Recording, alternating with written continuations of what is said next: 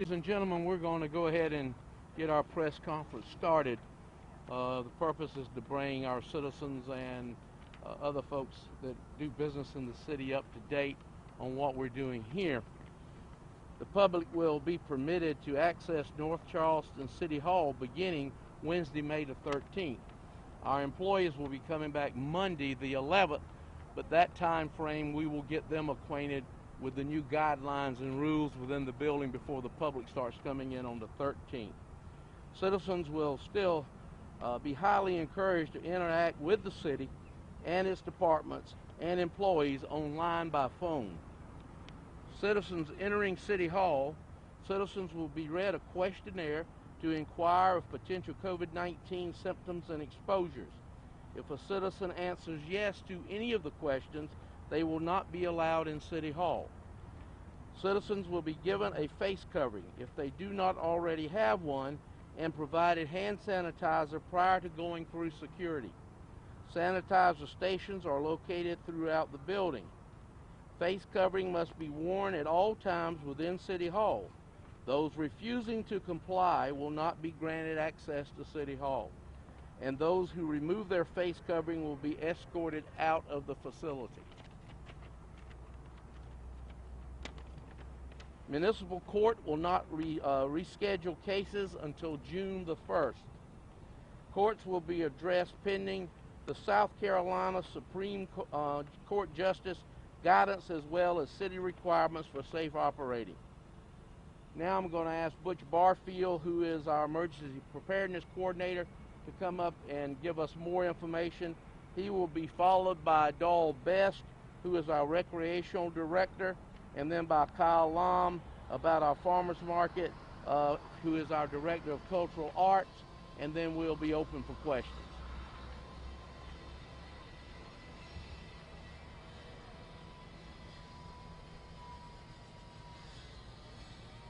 Good afternoon. Thank you for taking the time to come out and learn about the reopening of City of North Charleston and City Hall and the services that we provide.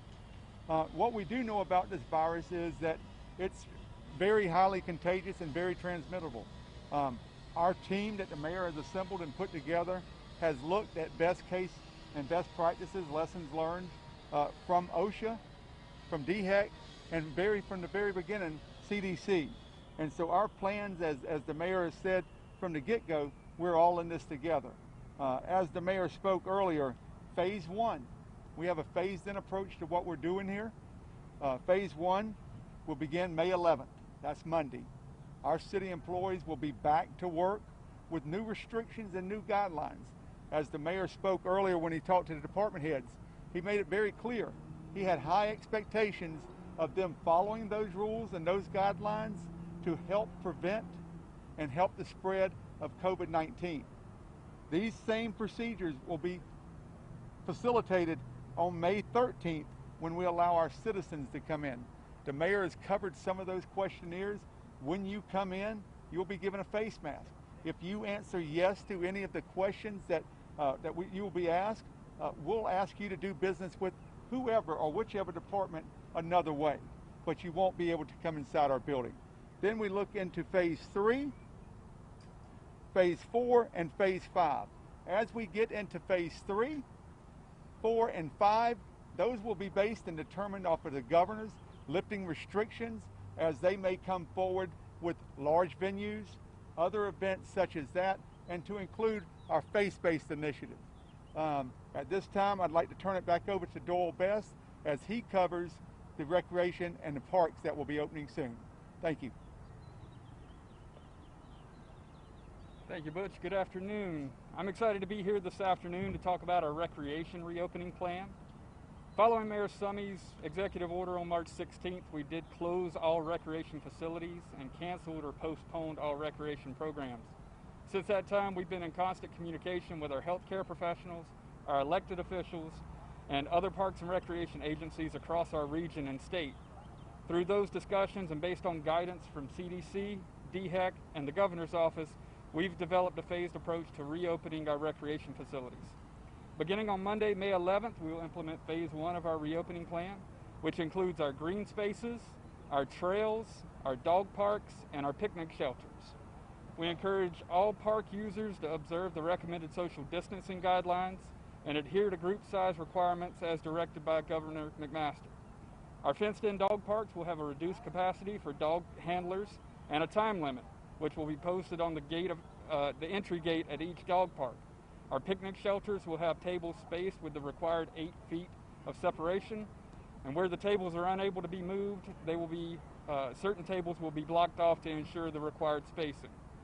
Gate latches, trash cans, and picnic tables will be routinely sanitized throughout the day. Our second phase of facility reopening is currently scheduled to occur closer to Memorial Day, though we don't have a specific date at this point in time. That will include our playgrounds, our outdoor athletic facilities, and maybe some additional facilities as guidance and as restrictions are lifted. Moving forward into the month of June, we'll look into our indoor facilities, our athletic gyms, our community centers, aquatic centers, and senior centers. And then our final phase will be the reactivation of those spaces for organized programming, including our athletic leagues, tournaments, recreation, and fitness classes. The Recreation Department, we're committed to North Charleston's vision of being a great place to live, work, and play. And we're excited about beginning to reopen our facilities for folks to enjoy. However, our highest priority has been and will continue to be the safety of our citizens and our employees. We ask for your continued cooperation and adherence to our new guidelines as we begin this process of reopening. Thank you.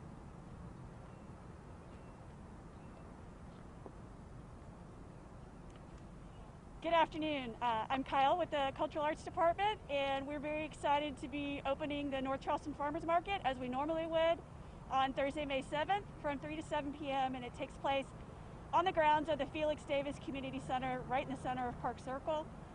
We will have just 3 farmers vending at this week's market, so it is essential goods only. There will not be any live music or inflatables activities taking place. This is simply a place for residents to come and get fresh food from Robert Fields Farm, Joseph Fields Farm, and from Simmons Farm.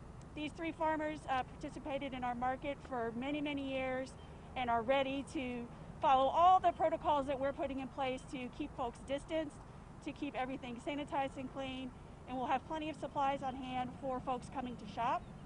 The market takes place every Thursday through October, and so hopefully as we start to get some loosening of restrictions, we'll start to be able to return our market to its normal activities of being a fun gathering place in the future. Okay, we're opening it up for any questions. Mayor, 2 questions, please. Number 1, I know you're number 1 in the state for retail sales. How big of a hit has that taken during the pandemic, please? Well, right now we really don't know because, you know, they report a month in arrears. We had some decline, but not a great decline in the amount that was reported the first month. We expect that to be greater in the month that will be reported next, but maybe pick up some. But we don't think we'll get back to a full volume of retail sales for several months at best case scenario. Next question, it has to do with press conference. One of our reporters did a story last week about the deaf not having access to a lot of things. Is there a reason you don't have your own signer for the press conference? The only reason is that we know that y'all interpret it and put the reading underneath, so you cover it for us. And right now, quite honestly, we're worried about keeping the people employed that we have, not bringing on new people. Okay. Any other questions? Yes, sir. I don't know if I missed this, but what question will be on the questionnaire for folks who will be coming into City Hall? What will they be asked? If we got that done, we will provide you with a copy. Any other questions? Thank y'all for coming.